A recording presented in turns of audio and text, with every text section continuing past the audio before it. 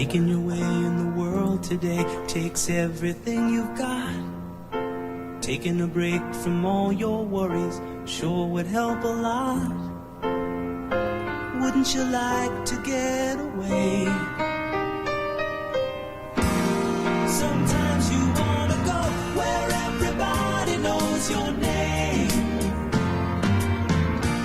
and they're always glad you came. You wanna be where you can see our troubles are all the same. You wanna be where everybody knows your name. You wanna go where people know people are all the same. You wanna go where everybody knows your name.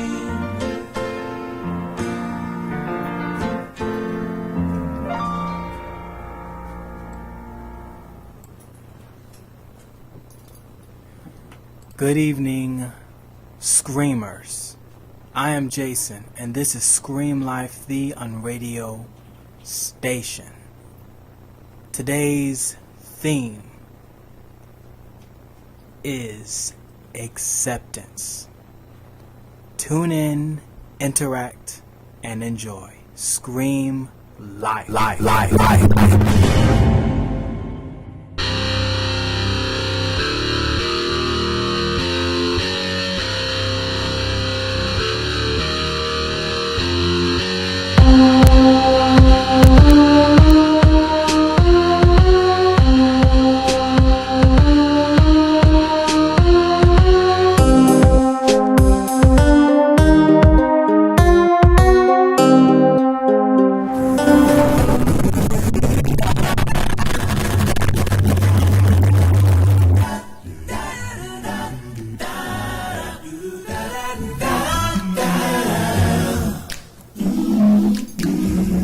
Now, it doesn't matter where you say you've been, no.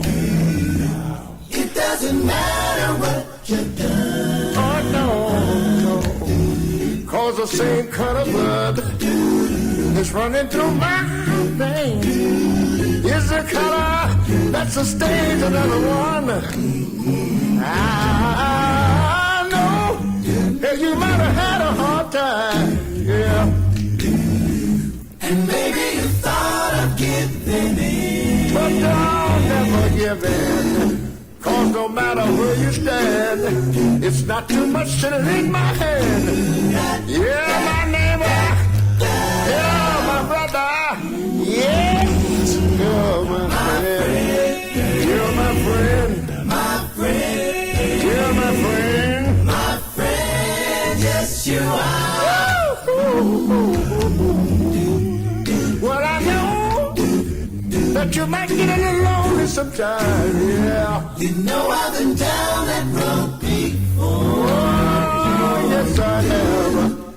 And when my so-called friends were taking each other in, I couldn't even make it through the door. So why don't you come on in, take a load off your mind. And I let you to wear the shoes. All right. I know. No matter where you stand, it's not too much to lean my hand. Cause you're my neighbor. You're my brother. You're my friend. My friend. You're my friend. My friend. Yes, you are. Let me tell you what I'm trying to do, y'all. I'm throwing out that line. Trying to spread some sunshine. Love a man. Why don't you call me sometime and I'll be by your side. Hold on a minute. Make sure you don't forget. I'll be there when you call me. Just say I'll be there when you call me. No matter where you stand, it's not too much to lend my hand. You're my neighbor. You're my brother. You're my friend. Down to the end. towing out the lifeline, trying to spread some sunshine. You're my friend. You're my friend. Why don't you call me sister? Call me brother. All you do is call and I'll be there. My friend, You're my friend. you'll never find a better. Come on in. Take a load off your mind. You'll never find a better friend. You'll never find. You're my friend. Just call me any time of day. I'll be right there. You'll never find a better. You'll never find a better friend. Whoa, no, no. Find a better friend. You'll never find a better friend. My friend, I am Jason. Now this week was our very own El Nez's Scream Life Jukebox. This was his choice, and well, El Nez, I'll let you take it from here. Well, one of the very reasons why I chose this song, because I feel that it goes very well with acceptance, because in that song, it shows the difference between just having somebody that you, or having an acquaintance, or being a friend to everybody else, even when they're not exactly considered your friend in that song. And one of the things one of the three things that came to my mind in that song was an attachment, because, well, to go with the first one, an attachment, because it showed in that song, and what they were saying about shows an attachment that a certain group of people have towards one another, even with people that they don't know, and that not exactly as you would call a typical friend, but they are being as a friend to everybody else, and what was said in the Bible, treating amongst each other as you would to yourself. And in that song, another thing that I've heard in that song the word that came to my mind was forgiving, because in that it showed how they forgave. It shows how in that song, the history that the person may have, or things that they may have done, it didn't matter in that moment to them. It passed on, and how, and it even shows how how in that song, how he welcomed, how a welcoming song is what it felt like. They welcomed people as they'd welcome them all on to pretty much sing along in that song, as you would see in a movie. But in that principle, you're welcoming other people to join in and to take things off of their shoulders.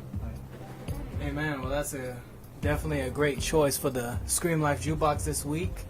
Our very own El Nez. We have the whole crew here tonight, and as said before, and as El Nez restated, we're dealing with acceptance.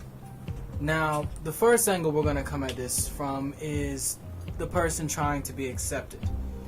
I believe that everyone within them has a desire to belong somewhere, to have some sense of belonging to either some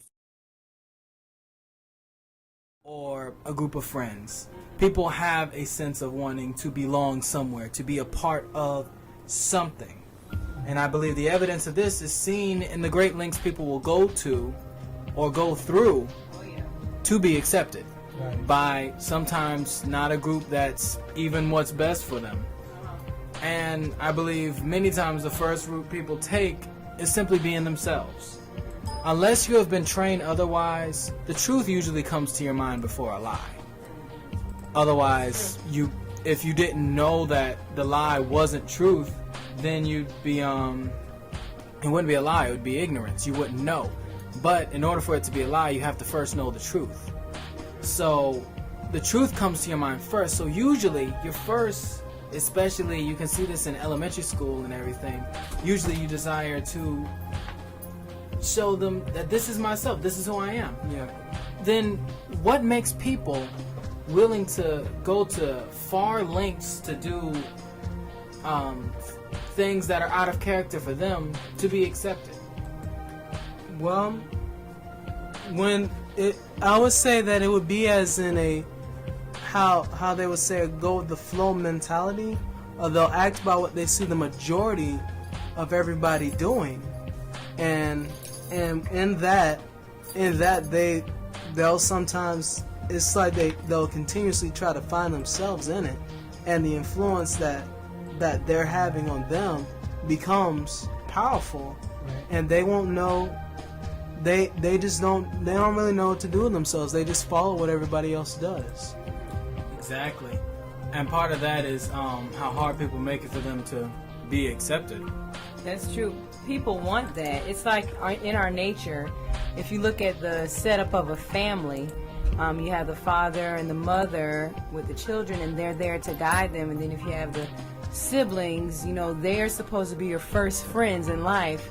And that's the person whom you can go through life together and, learn and help each other out. So it's like you want that. You want to feel important. You want to matter. Everybody wants a purpose in their life, a reason for being here, or feel valued. So it's like when you're in school, you think about kids, they want to be a part of a group. The worst feeling is being an outcast, because it means you don't belong anywhere. Mm-hmm. And it makes you feel like you don't have value. And everybody wants to have worth. So I think that causes people to go to the lengths of whatever it takes for me to be in some crowd. Right. I'm going to do it. And it's also part of what shapes you into who you are. Yeah. We were talking in my one of my psychology classes in school of how there's this debate as to what really makes you who you are, and what really shapes you into who you are. It's a nature versus nurture argument, and it's whether or not everything you are is based on genetics or your environment, how your environment shapes you. I would say that it's a unique blend of the two. Yeah. Because what nature does is it gives you options. Yeah. Mm-hmm. It gives you a whole lot of options, just like what I spoke on a couple of weeks ago was the process from thought to words to actions. Every thought that you have is not going to become a word from your mouth, from your lips. That's right. Mm-hmm. And all the words that you speak do not speak of actions that you will take as a result. Exactly. So what nature offers you are different people who have lived a certain life, a type of life. They've done things that you may consider doing. This is where we get these ideas from. And when you see these things as options, you can accept them for yourself. Uh-huh. You go through that trial and error stage where you're trying these things out and seeing what best suits you. Yeah. And if it turns out that these things suit you, that becomes a part of you if you continue in them. Exactly. and accept it as a part of yourself. It's like it's your experiences and what you experience in life, the trial, like the trial and error thing, the good effect and so on and so forth. When you go through different experiences, the outcomes determines if you want to do it that way again. So like you said about the options being presented by nature, everyone has different circumstances. Right. And there's some people with very similar circumstances who don't turn out the same way. You can look at a family and you can see siblings who have a lot in common. Then you have siblings who seem to have nothing in common at all. That's where the term black sheep comes from.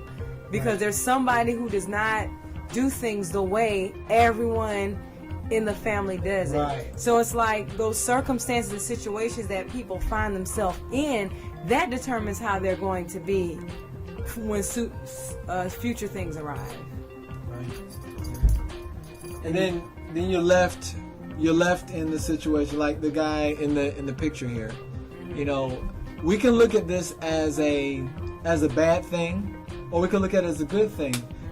We normally will look at this picture as a bad thing, being that the gray one, who is lacking color, or another way of of saying that is life itself. Scream life. Life. This person here, his head is down.